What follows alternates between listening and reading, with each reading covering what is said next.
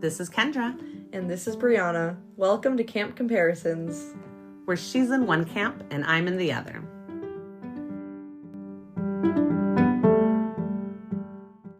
I don't know if everyone has heard, but season 2 of Percy Jackson just got approved. So it's gonna happen, which I guess is not that surprising. Yeah, we knew it was gonna happen, but there's no way they would turn this down. I was getting nervous. I was like, how long are we gonna wait? These kids keep growing. Every single day they're getting taller. I know. Mike Schubert, our king, Mike Schubert, he was saying that when he went to their red carpet thing or whatever, the premiere or whatever it was called, that just standing next to those kids, he was like, they are already so much taller than they were just in the show. That's right, because that was filmed. How long ago was it filmed? I should know. Oh, that's a good. I don't know. That's interesting. Yeah, it was filmed in 2022. I feel like. Oh man, the whole strike basically put that on hold for a while and stuff. Yeah. So when they say, okay, yay, we're starting. I don't know if that means they're starting writing it. Yeah. Or if they're starting filming it. There's no way that Rick hasn't been working on writing the script. So. Well, I don't have any data. So we right now, like all we know is, yay, season 2 is on. Even if it's just in case, he's aware of how much older these kids are getting. I hope so. Yeah. I guess we'll find out more when it gets there. Oh, I can't wait to hear that they started shooting. I hope it's not 2 years from now that we get to see it. No, they're going to have to ramp up the speed on this, so. Yeah, but I hope that doesn't shoot down the quality. Oh, hopefully not. There's no way. They can do it. Yeah. Before we go on to the actual content, I just wanted to tell everybody that I went to MegaCon, which is, like a humongous convention that is covering pretty much every TV and movie fandom. Yeah. If you have watched something, it's covered here. Yeah. Yeah. And I believe it's just TV and movie. There's no book fandoms covered. Although there were people that came and cosplayed some book fandoms, including my cousin who came as a couple characters from Throne of Glass. Yeah.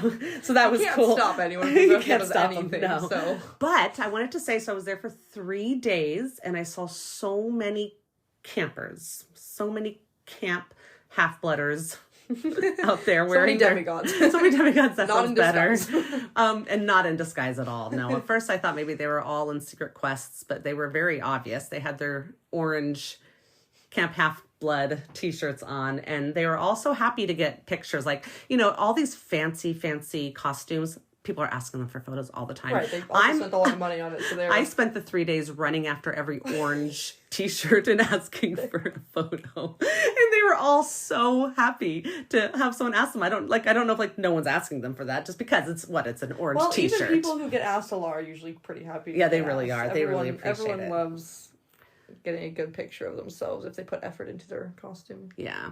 Even if it was just buying an orange shirt. Yeah. So we'll have up on our Instagram some of those photos of those cute campers. Yeah. There will be spoilers for this entire season. Just a reminder for everyone who's listening, if you haven't watched all of season 1, we'll be talking about all of season 1 in every episode. To get us started, let's see where we ended off last episode.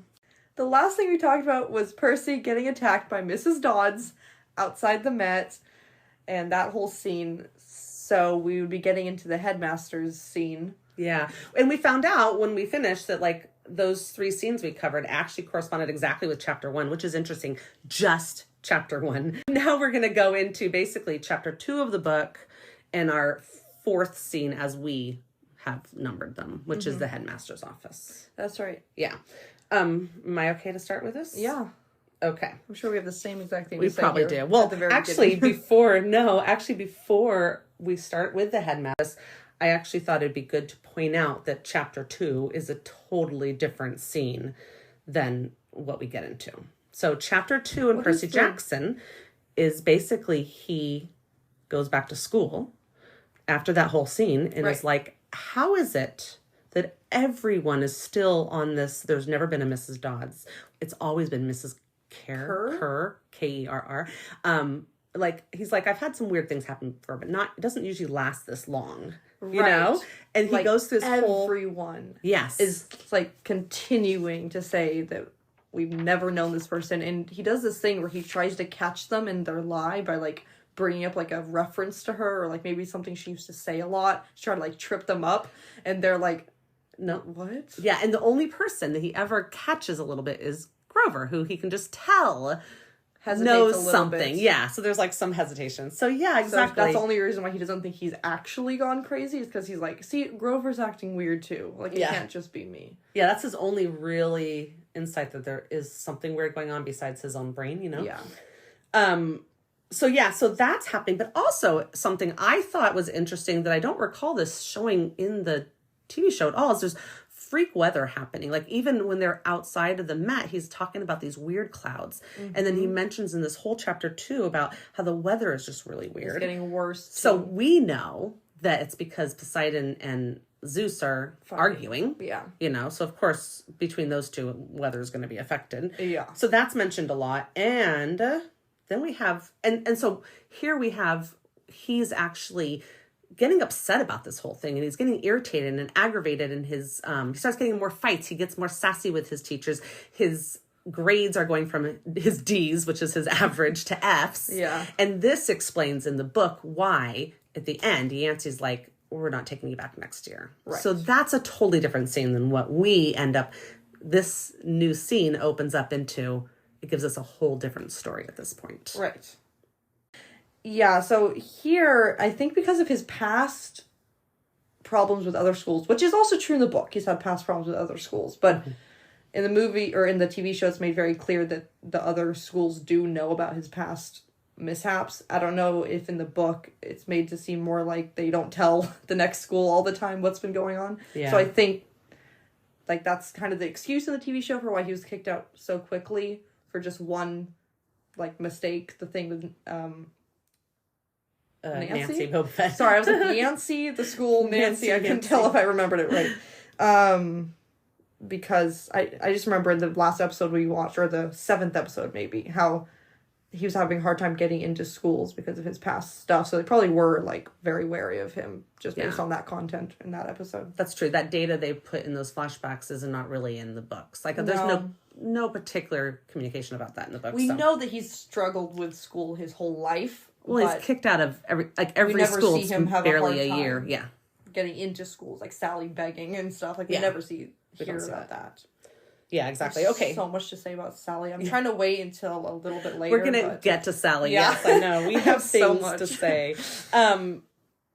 I also wanted to say that we have this scene that we totally missed in here, where he overhears Mr. Brenner and Grover talking about him. Mm-hmm. Remember, he goes to see. He's like, I need to get this test. I need to get a good grade on this test with Mr. Brenner. He wanted to go get some help. Yeah, it was the only thing he cared about getting a good grade on. So he decided to go see him. Then he overhears them talking. And that's when he first overhears the kindly one. Mm-hmm. Right? And so that's actually our first sign of them knowing what type of monster that was, because we just know her as Mrs. Dodds. Yeah. I don't even know if in the TV show they mention that they're called the kindly ones. They might mention a fury, but I don't think they mention the kindly ones, because that's what the 3 sisters are called, and I don't remember them saying that in the TV show. Yeah, on the bus scene in the thing, they mentioned sisters. And they mentioned... I'm not sure if kindly one is used at all, but I don't think so. I just thought really fast, since it's mentioned here, that if it's okay, I'll just tell everyone and yourself what that is. So the kindly ones is just like a name for the Furies, because they were like so terrifying, they didn't want to say their name, so they would call them the kindly ones, which is hilarious because they're so terrifying, so they're called the kindly ones. Yeah, doesn't sound very kind. Say mean about them. But they're Greek deities of divine vengeance and retribution, and in a lot of different stories, they're the children of Hades. Isn't that interesting? Not in every story, but at least I looked. There was at least 3 out of 4 of them. They're a child of Hades. I always thought that they were maybe the kids of the sky and the earth, like that whole generation of monsters that they created. But they definitely like serve... Is that the Titans? No, that's before the Titans. Whatever. The Titans were a group of their children. Okay, yeah. So you thought it was from groups. that the kind of... The Cyclopses were another group of their babies. But we do get the idea from the books that they are working for Hades. They're definitely, like, he's their master. But I was just thinking that I always kind of thought that Hades also sent the Minotaur after Percy. But I don't know why I thought Interesting. that. Because I think the Minotaur just scented him because because we know a powerful demigod.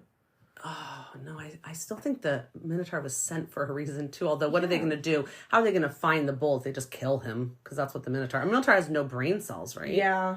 And I don't know. Maybe it was just a monster. I was just thinking, I wonder if Hades has control over many monsters, whether they are or are not his children. I kind of got that impression, but for no specific reason. I don't know, but I do know that Mrs. Dodds, as a Fury, was sent to retrieve the helmet, which they don't even realize until the end of the whole thing. Yeah, in the books, I remember specifically in the book and a bit in the show that she keeps on saying, no, just in the book, she keeps on saying, where is it? Where is it? Yeah. And they're like, what? She must be talking about the bolt, I guess, but like, we don't have it. But she's talking about the helm. Oh, because she does ask that again in the bus, right? Mm-hmm.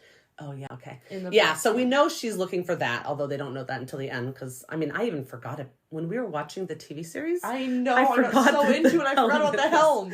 Yeah, helm. They did a great helm. It's a helmet, but they call it a helm. The helm of darkness. Yeah. So there's, anyways, that's kind of a side thing on who she is and what she is, because it's not explained. It's not really shown in the TV series, but it is explained a little bit in the book. Yeah, so. Greek mythology is full of people who created monsters or heroes or whatever. They created stories about these beings, and then the like main part of Greek mythology try to fit it in. So that's why you get like so many like, whose kid is this, or how are they related, and why it's so confusing is because someone's like, this amazing person, creature, or hero, and then everyone else is like, okay, so how do they fit into the main plot? Yeah. And that's why it can get like confusing about, and there's so many stories, parent, and plus you tell something wrong one time, and then that person tells 20 people that, and now you started a whole new religion. That's right. Okay, good. So then after all of that, we actually get to the scene. Well, we don't really get to the scene. The scene, the TV show is a whole new... Sorry, in the book, he just sends a... The headmaster sends a letter? Okay, yeah. So now, we don't have that. That doesn't happen in the TV series. Nope. In the TV series, we have the right into the headmaster's office with Rick. He's sitting in the corner for what reason? Just a cool cameo. Will he make a cameo every season? I hope so. Wouldn't that be so cool? That would be so cool. Like one cameo every season. He could just be like in a Greek toga, like on the side of like Mount Olympus or something. I would love to see it. Or some random New York, pedestrian or something. Do you think his wife was in it and we just missed her because we don't know what she looks like? I think we would have heard. Oh, I have no clue what she looks like. Yeah, I think we would have heard. But that was really cool that the headmaster scene opens, and Brianna and I noticed him right away. Yeah. That was fun. Rick. Yeah. Yeah. So let's talk about what happens in this scene, though, because Grover kind of, betrays Percy. Which and people have feelings about that. Disagreement. When doing it this way, I get that we are trying to speed up the process of him getting kicked out, but Grover would never do that. I don't care. I don't care what the author has said, because I understand this is his works. The Grover in the books would not do that. Okay, 2 thoughts. 1, the one part about this that I was upset with is that Grover, I felt like he lied, like straight up lied to the headmaster, because he asked him, did you see Percy touch or push her? And he said yes. And he said, yes, he did. Although he did see Percy use his powers. Okay, right. Yeah. So I'm just saying, technically not lying. Yeah, that's true. He is telling the truth. It was Percy who did it. Yeah. And I don't even know why Percy... I mean, I know why Percy is so upset. But at the same time, he was literally about to push her. That's why his hands were out. He was like a foot away from pushing her. So I don't know why he's upset for being accused of pushing her when he was fully going to push her into the fountain. Right. I'm just saying. And in the book, we don't have no clue how this all went down. Like, he was already, like, basically almost suspended and was supposed to not cause any trouble, and he did anyway. So, we don't know how that works, but let me just let me read to you, not show you, this line. Because in the scene where Mrs. Dodds is like, Percy Jackson, come with me, right? Mm-hmm. Grover says, wait, it was me. Yes. I pushed her. I know. So this is Grover, the true Grover would say, no, I did it. He would not. Right, which brings me to... get Percy in trouble. It brings me to point 2. Okay. In the book, they knew there was a monster at school. They even said that they suspected it might be her, Mrs. Dodds. Okay. Grover, Chiron, knew there was a monster in the school. Yeah. In the TV show, they did not know there was a monster in the school. They make that clear that until she revealed herself, they thought he was completely safe. And what does that have to make? Because the second they realized he was far from completely safe, and clearly the monster's after him. I mean, a fury. Like, I don't know if you remember from the books, they don't make it as big a deal in the movies, but they were like, they couldn't believe that a monster that powerful Was sent after him. So now, but in both cases, they know it's a fury. Like in the book, they also see, oh, she was a fury. Right, but they already didn't think he was safe. They're like, oh, he's not safe, but at least we're here. But in the movie or in the TV show, I don't know. It's been a movie to me all day. In the TV show, they thought he was fully safe, and now they find out that a monster had the ability to hide her presence completely from them and then almost killed him in front of them. So I think that they just, like, the excuse they're giving in the show, whether you agree with it or not, the excuse that they're giving is that they needed to get him out into camp, like, ASAP. Like, they were like, oh, shoot. So you think the shock of suddenly figuring it out was what made them go like, okay, let's get him kicked out right away. We have to go. Like, he has to leave. Yeah. And that's why Chiron then talks to him on the bench and is like, it's for the best, right? Because it literally is. And also, it could have been on Chiron's orders that Grover did what he did. Sure, but let's just go back to, in the TV series, Grover is given an order not to tell him about his mom, and he freaking lets it all out. Like, Grover doesn't do things. He holds it back for a minute until he realizes that Percy won't go on the quest. Yeah, sure, but I think he was going to tell Percy anyways. Yeah, totally. I mean, I get the point of getting kicked out. I think they could have gotten him kicked out without making Grover betray him. I feel like that's something that could, Chiron like, in that moment, totally. Well, except for he's supposed to train him into the big hero, so maybe not. Whatever. It doesn't even matter. They could have just said there was 500 people standing around Percy. We saw you push him and kick him out. Like, you really could have said that. I'm just saying that by putting that little bit in there that Grover could betray me, like, to me, that for a 12-year-old, that could ruin your friendship. Yeah. And it doesn't. In the TV series, it doesn't ruin his friendship. But he does get mad at him for a bit until Grover explains himself. Yeah, but I'm just saying that could have gone so wrong in the real world. I know this isn't the real world, but I disagree with that. I don't think they needed to do that, so that's all. Yeah, they didn't need to. I think it created a bit more tension for the very first episode, considering... Yeah, it created tension right in my own living room when I went, what the... Yeah, totally. Yeah, I maybe the reason they went that way was just to create a little bit more emotional tension for new viewers and stuff. They definitely make this more emotional tension than the books are. Definitely. Which is some people are not happy about and some people like. It doesn't bother me. I know that it's different. I know it's not the same as the books. But I like it. I don't know. Once I started thinking about it in the light of, like, it's cool that I don't know everything. And it makes me more excited to watch when I don't know every single thing that's going to happen. It's, like, more intriguing. Mm-hmm. I like that. Not that I don't like watching something when I know what's going to happen. I mean, I am a big fan of rewatching the same show 17 times. Right. I am all for it, and I love the comfort of, like, knowing exactly what's going to happen. But... not everyone does. In fact, a lot of people do not. So, yes. I will just say here, since we brought up the subject, I'm just going to put it out here that I do not think it was smart for them to write out the humor. That's not what I mean to say. But like the humor that's in the books is what has made these books such a good series that have been loved by even adults, not just kids. It's very Avengers-like. So if you think about all the Marvel movies, like where the funny, you know what I mean? Like where it's like funny, but it's not funny, ones, not stupid. The old ones weren't so funny like that. Oh, okay, but the newer generation. Like not the newest Thor movie, not that dumb. Yeah. But like the more like Thor the Avengers, Thor Ragnarok. Yeah, where like there is the humor is there while there's also intense fighting and like the Guardians of the Galaxy movies, right? God, that's so you can make something fun and intense and funny and emotional. Emotional. Oh, it's very emotional. Yeah.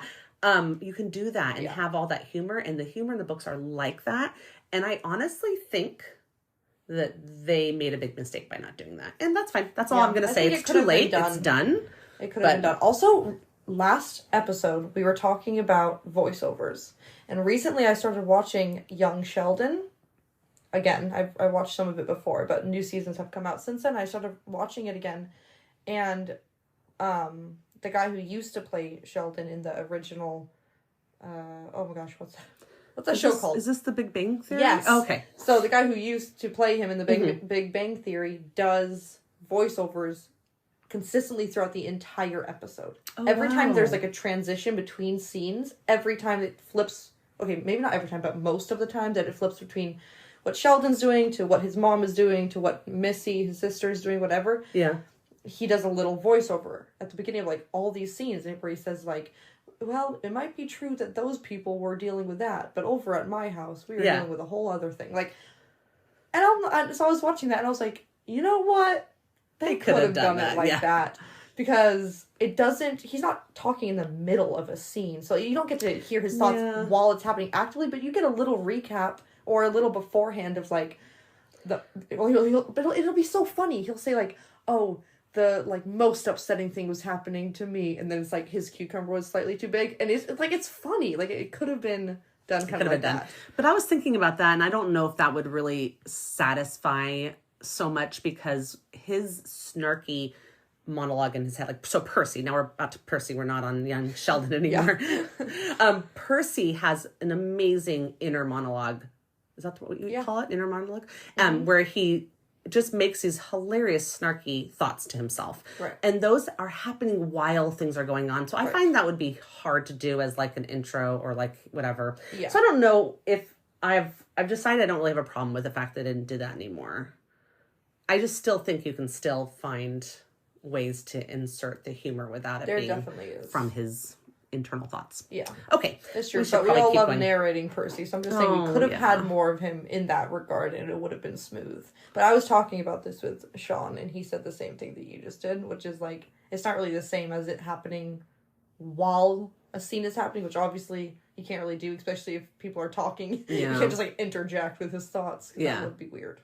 Yeah. By the way, everybody, Sean is her husband. Yes. Okay, good. So we have the headmaster's scene, and does that cover it for us?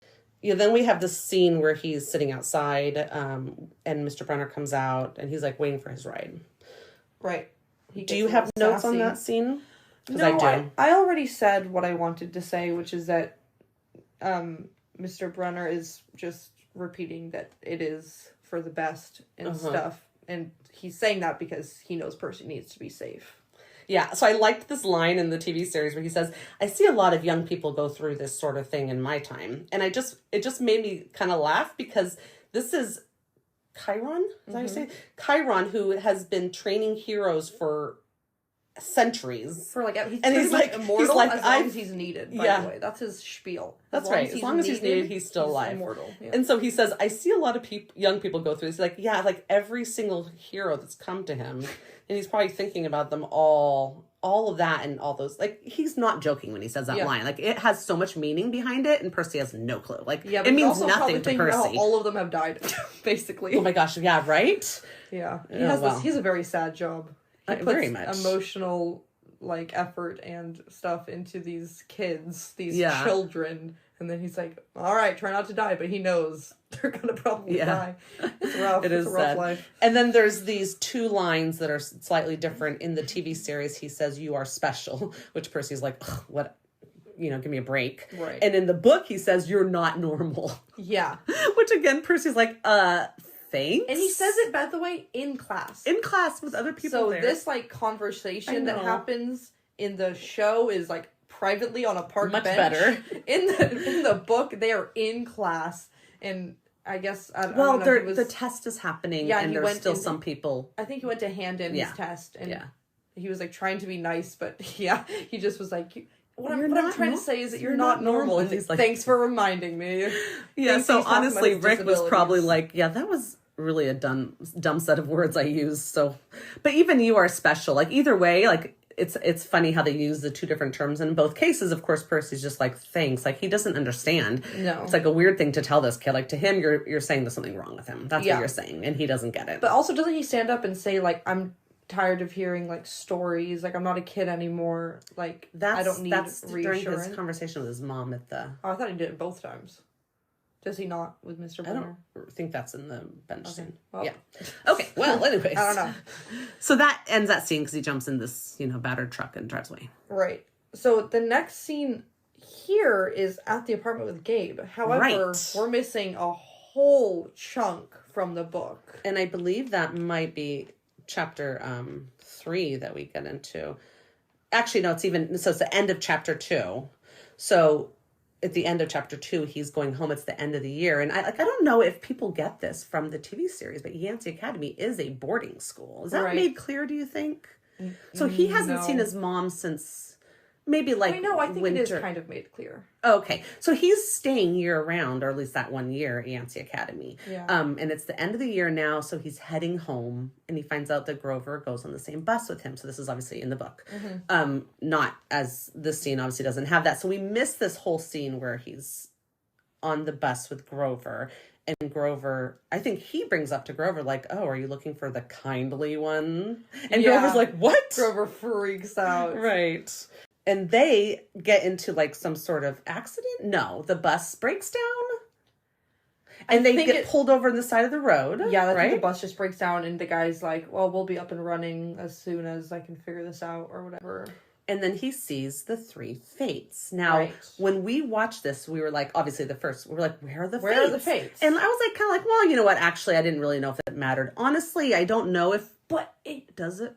Spoiler warning for book 5. Skip ahead 1 minute to avoid spoilers. This is a whole spoiler thing, but the fates to me are very important because the snip of that string to show that someone's gonna die, at the very end of book 5, when Luke dies to save everyone, when we find out that Luke was the person in the prophecy that was gonna die to save everyone, right? Mm-hmm. Percy thinks back to the fates and remembers that when he saw that string get cut, it wasn't his life, it was Luke's. And I know that might forgot that he thought about the fates. That might seem insignificant to some people. I feel like you can totally leave it out. But to me, I just remember that moment of being like, oh my god, that callback all the way to book 1 when he thought he was gonna die, and this whole time the prophecy, all of this was about Luke's life and about how he's somehow a hero. I mean, I don't know if I agree with it, but it's what it's about. Well, yeah, and we'll have a lot to say at that point, but yeah, so I mean, I guess that's kind of cool to see, but I feel like you could have left the fates out, and I was like, okay with it, but then they show it later, and they show Annabeth seeing the fates, and I wasn't sure in my head, like, who sees, like, I thought it had something to do with when you clip the string, who they're looking at, because they were looking at Percy, but it wasn't Percy's life that was... But it was in reference to him, I suppose. I was always confused about that, even with the book. So as far as I was concerned, I was like, oh, they're going to skip it. Okay. But then they show it later. And I'm like, is there a reason for that? I'd love to know Rick's reasoning for moving the fates and having Annabeth see them. Anyways, I don't know. I don't know the reason. I could guess to the reasons. I mean, because he has been trying to give a bunch of other points, like viewpoints, where, what people are thinking of, like that was Annabeth's vision. Like he couldn't do that in the books. You couldn't see Annabeth see the fates. Right. Did that make sense? Yes, that makes sense. Anyway, so that was so that whole part of the book was missed then. We did not see the bus ride home. We also don't see the fact that Grover's like, you have to let me walk you home, but when he gets to the bus stop, he has to go to the bathroom, and Percy's like, see ya, and then ditches Grover and he's thinking that Grover is acting very strange about this whole thing. Like, he's just acting really weird, and the fates kind of freaked him out, and he's like, I just want to go home. Yeah. Like, I'm done with whatever stuff is going on here. Yes. Yeah. Yeah, so Grover is seriously trying to straight up protect him, be his protector, and be by his side. Mm-hmm. So I assume when he gets home in the book, again, a different point of view that we didn't get to see, does Sally then contact Grover and let him know that they're safe? Because that's a good question, because we know that Sally and Grover have been in touch with each other, both in the book and the TV show. They do it in a different way, which I'll get to when Grover pops in at the cabin. But you do know that there's been some sort of contact. Yeah. So did he then check in? But see, I want to say no. And I'll tell you why when we get to that point, okay? Yeah. But yeah, we get to the apartment building in the TV series, right? Uh-huh. But also one last thing. Okay, yeah. The very last thing about the fates that I wanted to say is that it just proved to me when we saw Annabeth see the fates, it just proved to me that we can't go judging episode by episode or even season by season with how this show is going. Like, you can't be like, why didn't they do that? Or get mad about something until you wait until it's over. Right? Because if someone was really upset about the fates not being shown, you just have to wait like 4 episodes and then you see them. So this is why we shouldn't judge the TV show too harshly before it's concluded. And then you might see, why did they do that? Why did they do that? Oh, well, you're going to find out if you're just patient. Well, I'm going to judge the TV show the minute I want to. And I can, apologize later. Sorry. Well. So there you go. But thanks for those wise words. Anyways. Okay. So we are officially in chapter 3 now of the book. Just in case anybody wants to follow along. Yeah. Yeah, so they arrive at the apartment. So that's the same. He arrives at his apartment. In the TV series, he arrives at his apartment. In the book, he arrives at his apartment. Well, that's good. And that is where everything changes. Yeah. Not everything, but that's where enough of the meat really changes in this scene. Because, well, first of all, I actually really love Eddie. So Eddie's coming out of the door in this TV series. He's coming out and saying, he's basically telling Gabe that his bowel movements are so hard to get through. That's causing I don't want to say anything gross. I'm so sorry. That the plumbing, it's clogging the toilet. I'm making it worse. So sorry, people. And it's clogging the toilet so much. And he was basically saying, if you ate fruit. Yeah. He's like telling him to eat more fruit, and they're yelling at each other as Eddie's coming out, right? Now, Eddie is in the book, but he's walking in the front door and sees Gabe with his poker buddies, and Eddie's one of them. Now, I don't know if you ever noticed this, but Eddie was actually he's the only one who's caring a little bit. Yeah. The other ones were all like total They either did not care, they just didn't care at all, or they enjoyed Percy's suffering. Yeah. And Eddie was like slightly uncomfortable with it, which is just a kid. Bare minimum. I know, but he was at least somewhat caring. But in both cases, Eddie's there, except for that Eddie's a nicer person in the TV series. I like the line of like, oh, you should be sorry. You're the one who has to go in there. I'm the one leaving. That's right.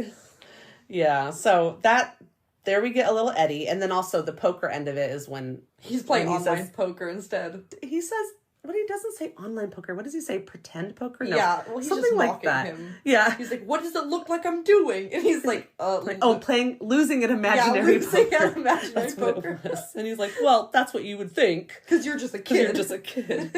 Anyways. I have to say, yes.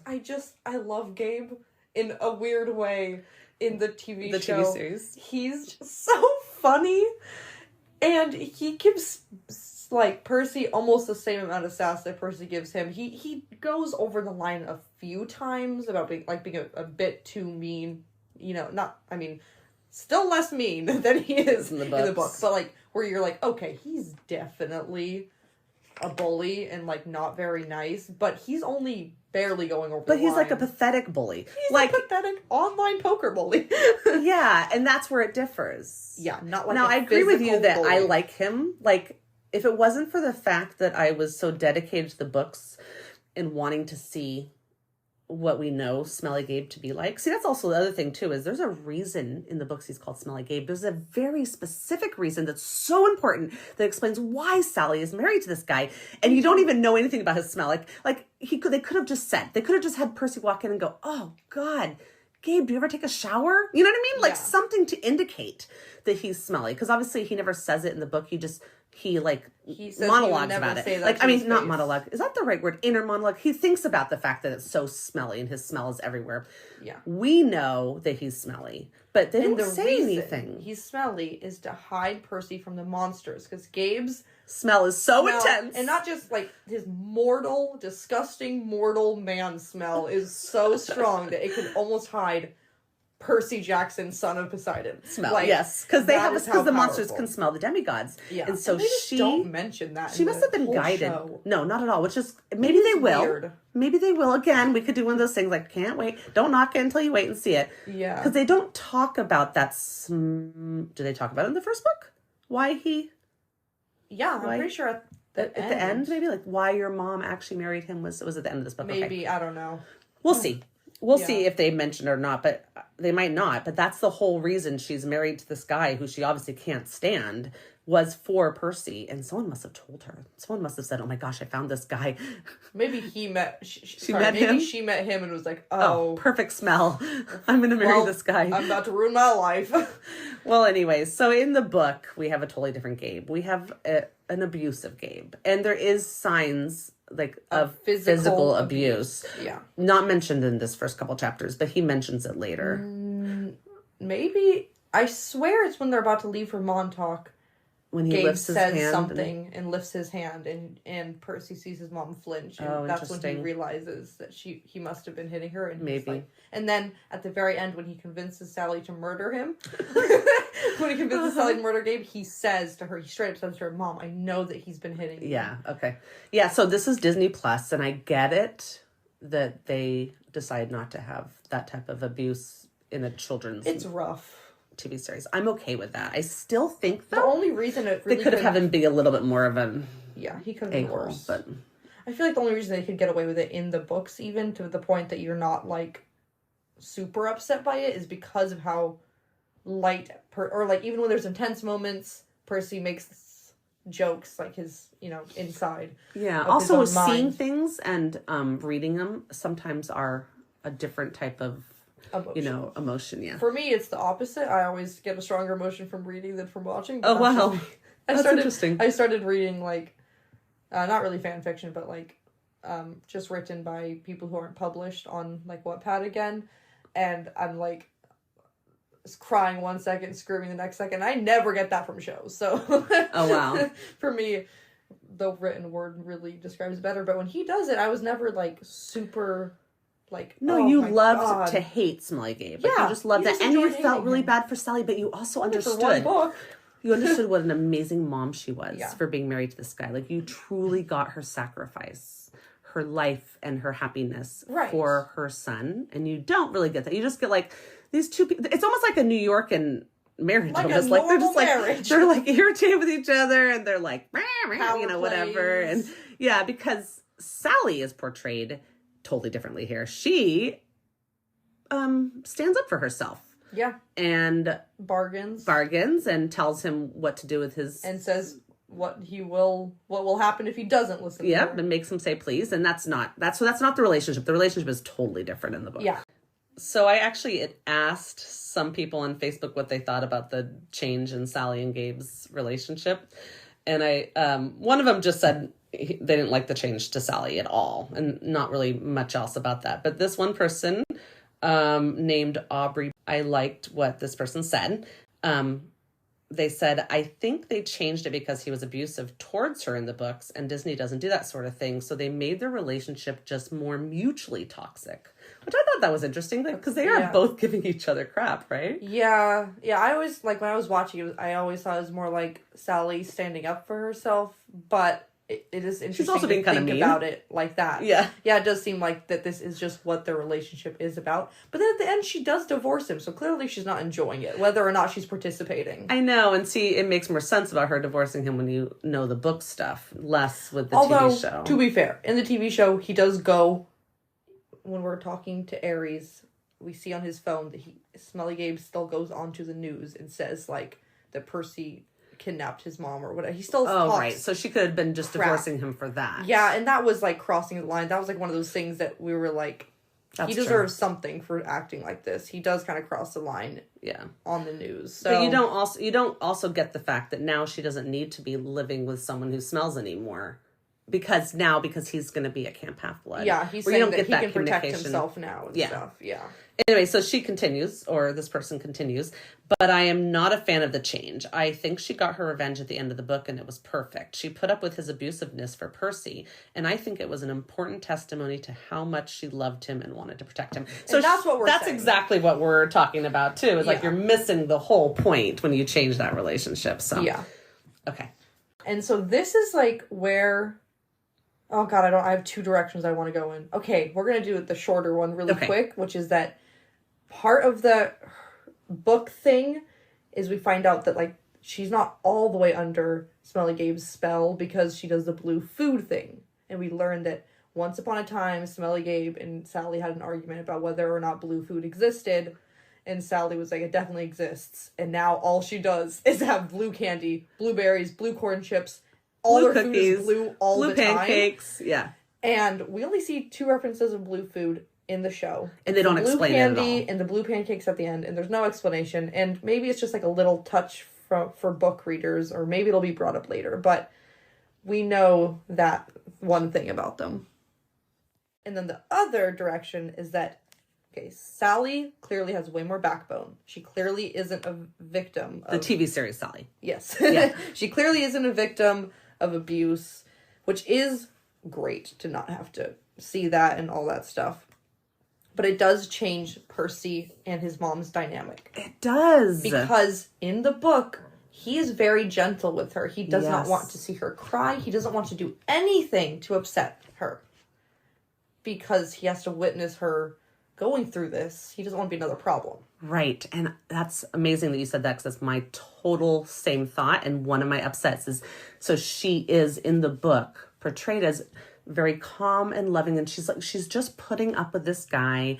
It's not that she doesn't have a backbone. It's not that she's not like, that's a different behavior. You know what I mean? Like that, like the Sally in the TV series with that backbone and sass is a different person. The Sally in the book is this gentle person who is actually still very happy and very loving despite having this well, I don't know if she's happy in the first book. Well, but there's still a sereneness in her. She's managing, and she has her purpose in mind, which is that she's doing it for Percy, and that keeps her from losing herself with all this abuse. Okay, that's a good. She hasn't lost herself because she has a purpose, but she's not doing well. And she's not sassy. She's constantly just trying to keep Gabe happy so that he doesn't cause trouble for Percy. And I think it's only worse for her when Percy's there, honestly. Yeah, because then she has something to protect. But clearly, like, it seems like only recently the hitting started, and that seemed to happen when he was away. So I don't know if it's really been better just that year. Yeah. Well, anyways, she obviously handles that the way she handles that. But murder.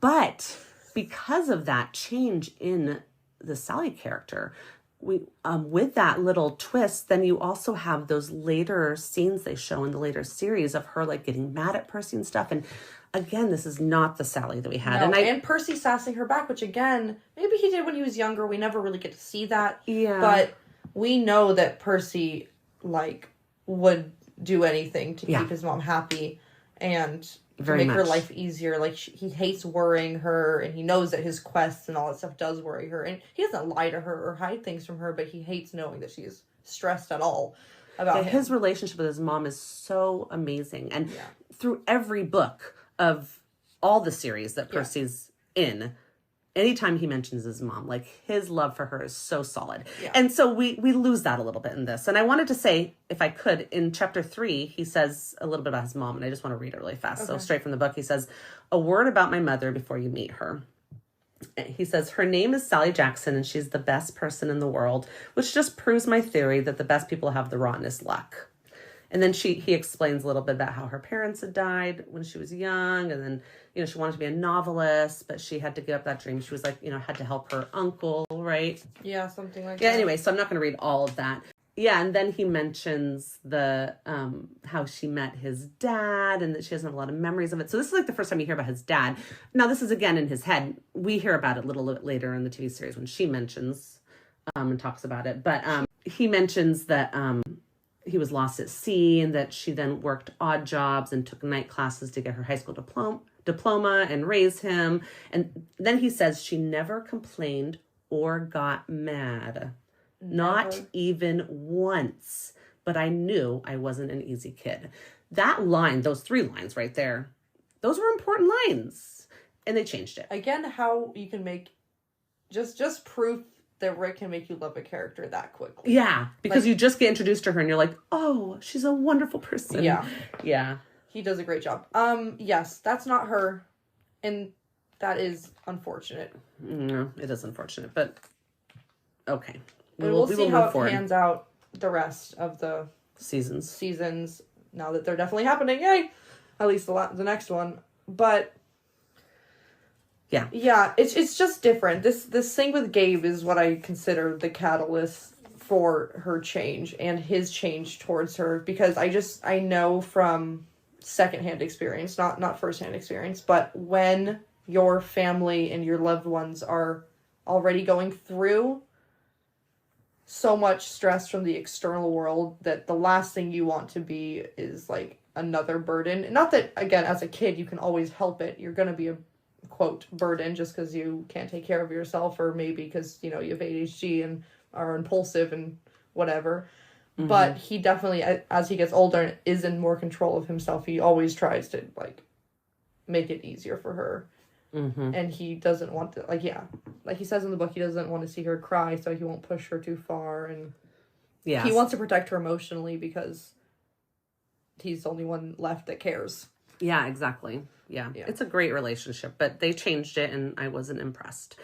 But back to Gabe, I do have to say, I really thought it was funny that in the TV series that Percy says, like, he's like, why did you get kicked out? And Percy says, for attacking a kid at whatever. And then Gabe's impressed look, he's like, oh, like he's almost like, wow, go you, kid. And he's like, but still, whatever. I just thought that was so hilarious. Like a lame reason. He's like, oh, what stupid reason did you get kicked out for not doing your homework? And then Percy's like, attacking. I pushed a kid into a fountain. And then he's like, oh, I know, I love that. I love that impressed face. I thought that was so funny. Oh, yeah. And then Percy's look right after he saw the face, like, wait, are you happy about that? Like that one look, he's such a good actor. His facial expressions. Oh my gosh, his expressions communicate so much. Well. Yeah. If you can't get narrating Percy, at least you can get that. He's got his face. Have you seen the cute interview of him saying how when he got picked to be Percy Jackson, he was so nervous? No. And he didn't want to disappoint the fans, but most importantly, he didn't want to disappoint himself. Aw. Because he's such a big Percy Jackson fan. I love that he's a Percy Jackson fan. Oh my gosh. Like the amount of Harry Potter characters, actors that played Harry Potter characters and never had even read or you know what I mean? Like they weren't fans. I don't like to speak illy of the dead, but Dumbledore number 2.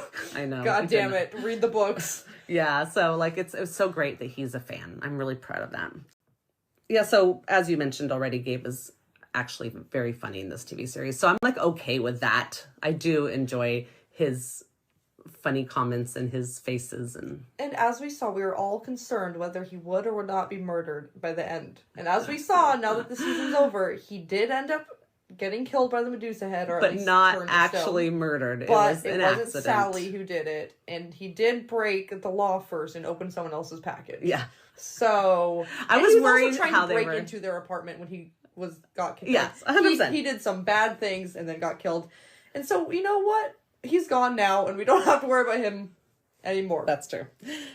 So we see Sally sitting out in the rain. Okay, I don't like that at all. I don't like that sitting out in the rain scene at all. First of all, you get the idea that they're trying to say she's sitting out there with the water lovingly running against her face because she's thinking of her long lost beside. And I'm like, that's rain. That's Zeus. Go lay in the ocean. Stop messing with your lover's brother. Yeah, I don't know. It was weird to me. She's fully clothed. I'm sorry. And then, it's got this Olivia Rodrigo song, which I think that's great because the current, like the generation that listens to her and stuff would probably be excited about that. I've never heard that song particularly, but yeah, I only really listened to her first 2 albums, not because I didn't like the other ones, but because I am bad at following artists. Up. Yeah, yeah. I just heard them on the radio. To the things I listen to and then I like them, but yeah, she was quite popular. So I thought that was actually a good song to pick, actually. Yeah. But I didn't like the rain scene. I've seen this first episode so many times now, and every time I get to that rain scene, I'm like, ugh. Yeah. Pass. I know. The first time I thought nothing of it. I was too excited and interested in everything that was happening and riding the high of, episode 1, Percy Jackson. But then the second time I watched it, I was like, yeah, this is weird. It is, right. I mean, they're pretty specific that Poseidon has semi-control over fresh water. And his real power comes from salt water. Yeah. Not dirty New York rainwater. Like, what are we doing? I don't know. It seemed unnecessary. It was unnecessary. Anyways, he sees his mom. His mom hears him come in, and then she hugs him, and he says, what does he say? I'm wet now. Yeah. I'm wet now. And I thought that was so cute. A little Percy sassy humor right there, Yeah. But I felt like in the TV show, his sassy humor is a little more dry than it is in the books. Yeah. In the books, he can be dry sometimes, but I feel like that's not his go-to thing. Yeah. But in the show, it's like go-to dry humor, which Yeah. I'm not against. I love some good dry humor, but it is a different kind. Yeah, it's true. It's a good point. She hands him blue jelly beans, and again, we get no reason for that. But it's supposed to be that she works at a candy store, and she can bring back them sometimes for him. Yeah, she bringing back like free samples for him. Yeah. I did find something I want to say here. I don't know if you have notes, but let me, this was a very interesting comparison. So let's see, was it in the book? Yeah. So in the book, she's gone into his room to talk to him, right? And she says to him, did something scare you? Because she's talking about what's happening, or how did it go? How was the year? And she saw something on his face or something, and she said, did something scare you? And he says, no. And then she kind of looks at him like, you got more to tell me. And then she says, we're going to Montauk. In the movie, so then they do it opposite to that. The TV show. He says, oh, I'm messing dang you it, up. I'm so threw me sorry. off. The TV show, he says, I got scared. So he says something scared him. Like, it's the opposite. And then that's when she goes, Gabe? And he goes, Mom? Because he's like, why are you yelling for Gabe? I just told you I got scared. Yeah. Which was funny as well. Let's bring Gabe in here to mock you. Yes. I think that's what Percy was thinking. Yeah. So, I just thought that was cool that they had that similarity. So then she brings up, we're going to Montauk, and she has the whole conversation with him about bringing, back sandwiches. And watching the Knicks game together. Which is also, food is in common here, because in the book, she says, I'm going to make you that 7-layer bean dip, and it's the one you love so much, and I'll make so much for you, so it's all weekend. Mm-hmm. And he's like, okay, fine, Mm-hmm. But in the TV series, sorry to interrupt, but also in the book, she had planned that trip for when he got back. She had told Gabe about it. Gabe said, how are you going to pay for this? She said, I saved up, and he's like, it's going to come out of your money for your clothing money, yeah. And she's like, yes, Gabe. And it was planned already, even though he still behaved like a butt and pretended like he had no idea what was going to happen. But here, it is spontaneous. It's like, we're going to do this right now. So it honestly does make more sense for Gabe to be like, he's like, why am I okay with this? And she's like, because when I come back. Instead of a planned trip that she had clearly been reminding him about for probably weeks to try to make sure this exact thing didn't happen. So it does show again how this Gabe is clearly a bit more reasonable. Yeah. Than the book Gabe. Yeah, which we went over a lot. So, well, that brings us to the end of this scene. Yeah, that's the end of that scene. And because we have talked an hour now. Which is incredible, because we have covered we planned on covering scenes. A lot more than this. Last one 3, this one 2. So chances are, next episode, we're just going to talk about his dream about Kronos for an hour. Oh yeah, that's it. 2-minute scene in the TV show that's going to take us an hour next week. Sure. Okay, I think that wraps it up. Yeah, so follow us on Instagram at Camp Comparisons to, get your input into our episodes. And if you have longer thoughts or want to yell at us or tell us how excited you are about the new season coming, you can email us at our new email, campcomparisons@gmail.com. Yeah. And don't forget to tell your Percy Jackson friends about us, because we would like more people to listen and to give us their input and to follow along. All right, until next time. See you at camp. Bye.